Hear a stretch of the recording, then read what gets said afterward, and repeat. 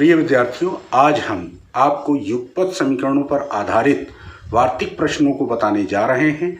इन प्रश्नों को बहुत ही ध्यानपूर्वक समझिए, क्योंकि ये प्रश्न सीधे सीधे 6 नंबर का पूछा जाता है और आप जीवन के किसी भी पहलू में जाएंगे तो आपसे अक्सर करके सीधे सीधे बात नहीं पूछी जाती है, बल्कि घुमा के पूछी जाती है।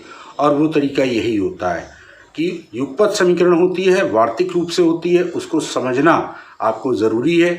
आज आप इन्हें 2 चर में लगा रहे हैं, आने वाले समय में इन्हें 1 चर में लगाएंगे, तो इनको ध्यान से समझिए। आइए देखिए कैसे होता है। देखिए इन प्रश्नों को किस प्रकार से हल किया जाता है। लिखा है 4 पैंट और 3 कमीजों का मूल्य 2100 रुपये है तथा 5 पैंट और 2 कमीजों का मूल्य 1750 रुपये है। तब 1 पैंट और 1 कमीज का मूल्य क्या है? तो यहाँ पैंट और कमीज 2 चर हैं, दोनों चरों को अलग अलग माना जाएगा। जैसे माना 1 पैंट का मूल्य बराबर 1 कमीज का मूल्य बराबर y होगा। तो देखिए प्रथम शर्त क्या है, या प्रथम खंड में क्या कह रहा है। प्रथम शर्त अनुसार 1 पैंट का मूल्य x, तो 4 पैंट का मूल्य हुआ 4x, 1 कमीज का y, तो 3 कमीज का 3y, और टोटल हुआ 2100 रुपये। ये समीकरण फर्स्ट हो गई। पुनः 5 पैंट तो 5x, 2 कमीज तो 2y बराबर 1750। अब देखिए, जब विलोपन विधि में हमने आपको हल करना में बताया था कि जैसे ये 3 है, ये 2 है, दोनों का निशान समान है, तो गुणांकों की आप पक्षांतर करके गुणा कर दीजिए और चिन्ह समान है इसलिए इसको घटा दीजिए। देखिए किस प्रकार से। समीकरण 1 गुणा 2 माइनस 2 गुणा 3 करने पर, इसको ध्यान से समझे प्रिय विद्यार्थियों। समीकरण 1 में 2 से इसलिए गुणा किया क्योंकि यहाँ 2 गुणांक है y का, और यहाँ पर 3 गुणांक है, इसलिए समीकरण 2 को 3 से गुणा किया गया। निशान दोनों के प्लस थे इसलिए घटाया गया। तो 2 चौक 8x, 2 तिहाई 6y, 2 0 0, 2 का 2, 2 दूना 4, 4200 हुआ। 3 पचे 15x हुआ, 3 दूनी 6y हुआ, और 3 0 0, 3 पचे 15, 3 सत्ते 21 और 1 22, 2 3 के 3 2 5। अब जब घटा रहे हैं तो चिन्ह बदलेंगे। 15 से 8 गया तो 7x, 0 5, 2 से 2 गया 0, 5 से 4 गया 1, माइनस x बराबर 1050 बटे 7, 7 का 7, 3 बचा, 7 बचे 35, x बराबर 150। x का मान फर्स्ट में रखने पर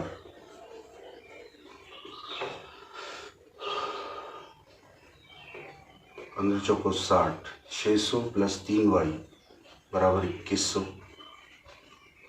3y बराबर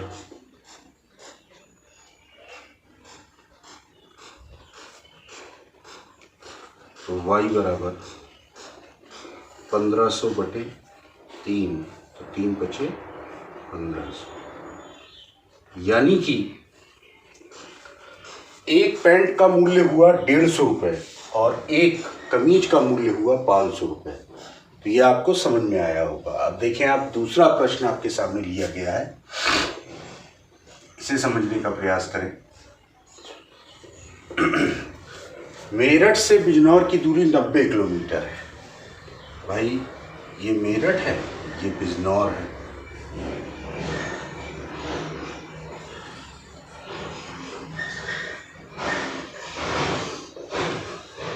ये 90 किलोमीटर दिया है। तो उसने इसमें 2 बातें कही हैं, एक कार मेरठ से तथा दूसरी कार बिजनौर से। भाई जब एक कार मेरठ से चले और एक कार बिजनौर से चले, समान समय पर चलना प्रारंभ करती हैं, एक ही दिशा में चलने पर 9 घंटे बाद मिलती हैं। जब मेरठ वाली कार इस दिशा में चलेगी तो बिजनौर वाली कार मेरठ वाली कार से 90 किलोमीटर पीछे रहेगी। तो इसकी चाल अगर कम भी है तो उसको पकड़ने में समय लगेगा। उसकी चाल ज़्यादा होगी तभी इसको पकड़ सकती है। अगर इसकी चाल ज़्यादा है तो ये इसको कभी नहीं पकड़ सकती एक दिशा में चलने पर। तो हुआ क्या कि दोनों की चालों को हमको मानना पड़ेगा। तो माना पहली कार की चाल बराबर x किलोमीटर पर आवर, दूसरी कार की चाल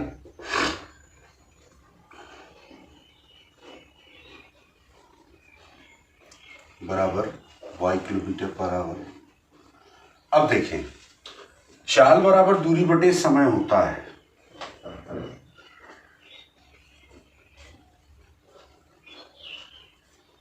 तो दूरी बराबर चाल गुणा समय।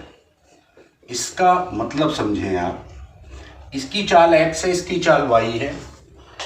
तो 9 घंटे बाद में मिलती हैं। तो 9 घंटे में ये जो बिजनौर से कार चलेगी, इसकी चली गई दूरी होगी 9y, और ये 9y इस 9x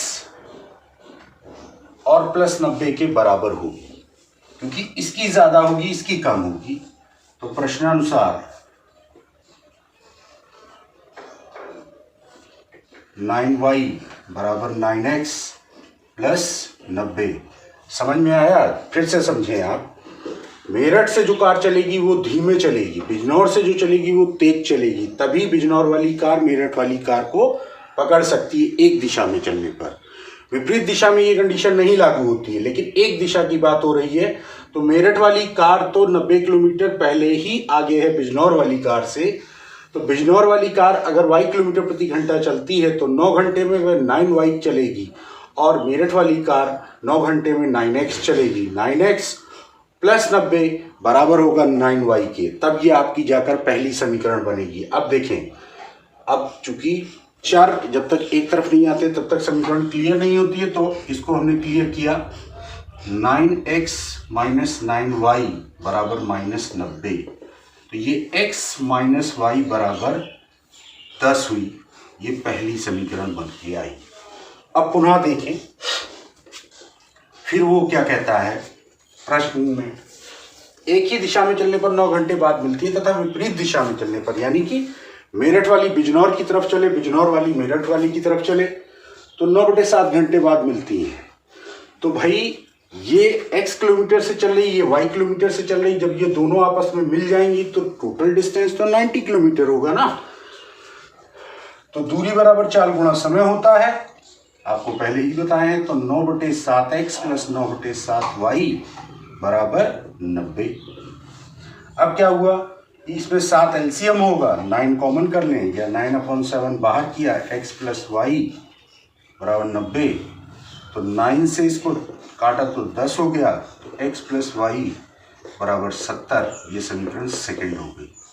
समीकरण 1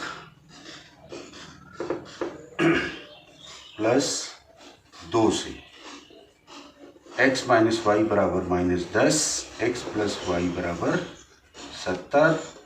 तो y और y कट गए, 2x बराबर 70 से 10 गया तो 60 बचा, x बराबर 30 आया। x का मान समीकरण 1 में रखने पर, तो x की जगह 1 में 30 रखा, माइनस वाई बराबर माइनस 10, तो y बराबर 30 प्लस 10, y बराबर 46। तो देखा प्रिय विद्यार्थी, आपने x का मान कम आया और y का मान ज़्यादा आया। यानी कि जो मेरठ से कार चल रही थी उसकी चाल 30 किलोमीटर प्रति घंटा, और जो बिजनौर से चल रही थी उसकी चाल 40 किलोमीटर प्रति घंटा। देखें, ये दो प्रश्न हम और लाए हैं, आपको इन्हें समझने की कोशिश करें। जैसे पहला तीसरा प्रश्न है आपका, सौरभ के पर्स में 20 पैसे तथा 25 पैसे के सिक्के हैं। उसके पास 11 रुपए 25 पैसे हैं जिनमें सिक्कों की संख्या 50 है। उसके पास दोनों प्रकार के कुल कितने सिक्के हैं? यानी सिक्कों का मूल्य मालूम है और सिक्कों की संख्या मालूम है। तो सबसे पहला काम माना, प्रश्न पर्स में पूछा जा सकता है, गुल्लक में पूछा जा सकता है या और कई ढंग से पूछा जा सकता है। ये तो रहेगा तरीका यही, माना पर्स में 20 पैसे के सिक्के बराबर है 25 पैसे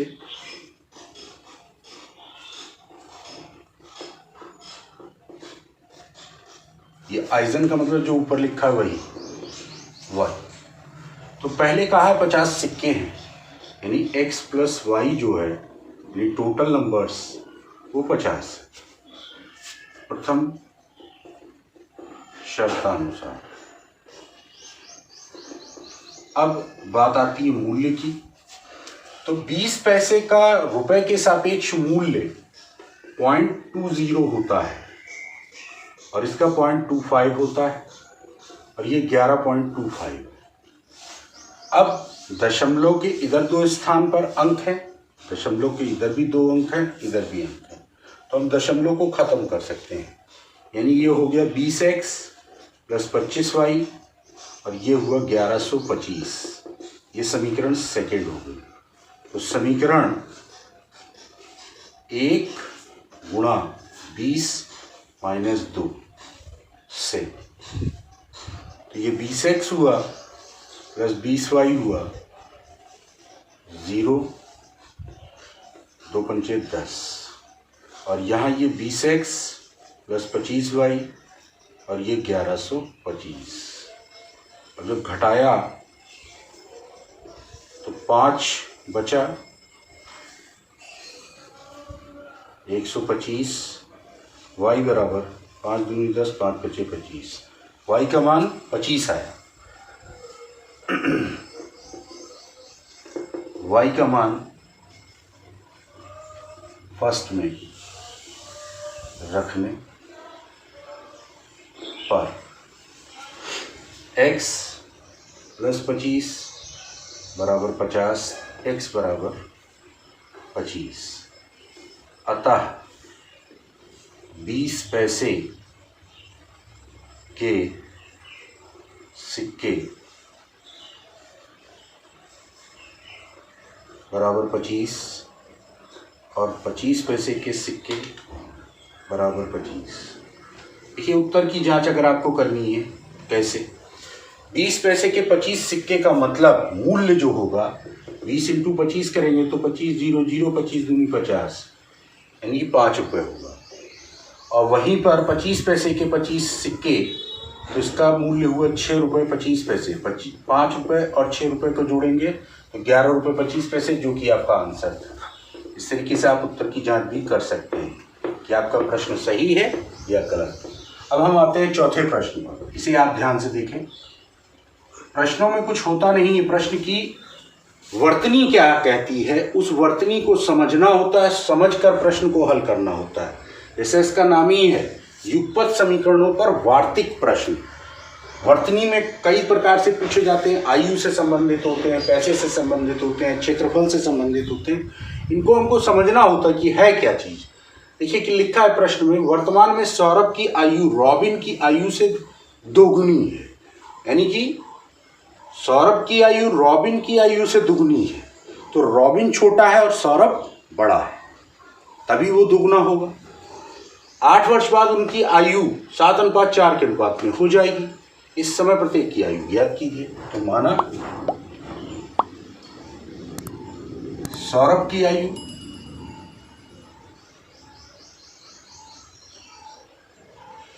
बराबर x और रॉबिन की आयु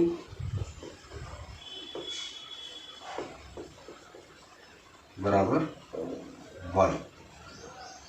तो प्रश्नानुसार अभी मैंने आपसे बताया कि प्रश्न को बार बार घुमाकर पढ़िए और आप समझ जाएंगे कि क्या है। सौरभ की आयु रॉबिन की आयु से दुगनी है। रॉबिन की आयु y है, सौरभ की x है, तो ये x बराबर 2y है।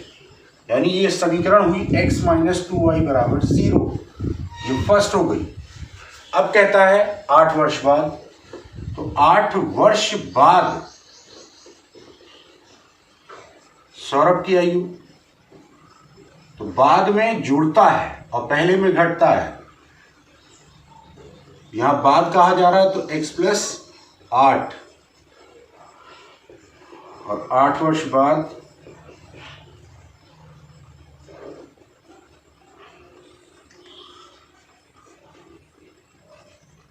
y plus 8। तो बोलता है इनकी आयु में 7:4 का अनुपात, यानी x plus 8 upon Y plus 8 बराबर 7/4। हुआ क्या? 4x 4 8 32, 7y 7 8 56, 4x minus 7y बराबर 6 से 2 गया 4, 5 से 3 गया 2, 24। ये समीकरण सेकेंड हो गई। अब इनको हल करने को बचा है, देखें कैसे। यहाँ x का गुणांक कुछ नहीं है, तो हमने समीकरण 1 गुणा 4 माइनस 2 गुणा 1 करने पर, क्योंकि समीकरण 1 में x का गुणांक 1 था, तो 4x 4 दूनी 8y बराबर 0, 4x माइनस 7y बराबर 24। ये माइनस, ये प्लस, ये माइनस, माइनस का y माइनस का 24, तो y बराबर 24, यानी y का मान 24 आया। y का मान समीकरण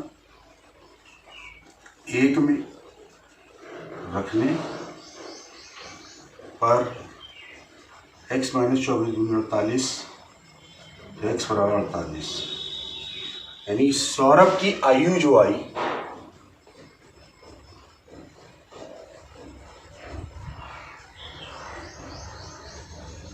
अड़तालीस वर्ष,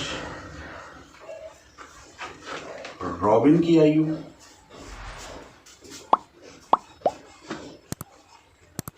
24 वर्ष। तो देखिए 24 का दुगना होता है 48,